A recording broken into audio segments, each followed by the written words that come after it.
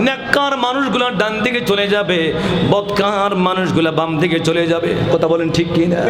বাম দিকে চলে যাবে, ভাই ভাইকে চিনবে না, মা সন্তান চিনবে না, বাপ ছেলে চিনবে না।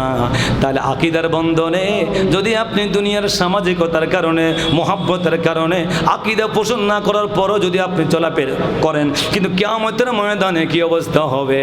তার আকীদা যা, আমার আকীদা যদি হয় তাহা, তাহলে তো আমিও চলে যাব ওই বাম দিকে জাহান্নামীদের কাতারে। কথা বলেন ঠিক কিনা?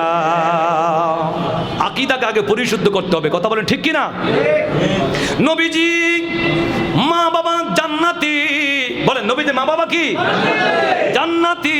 এর মধ্যে কোনো সন্দেহ নাই, সন্দেহ নাই। এবার তারা যুক্তি দেয়, কয় কেন জাহান্নামী? ওই সময় তারা কলমা গ্রহণ করে না, নবীর উপরে ঈমান আনে না। আরে বেটা বেকুব, নবীজি যে দাওয়াত দিয়েছেন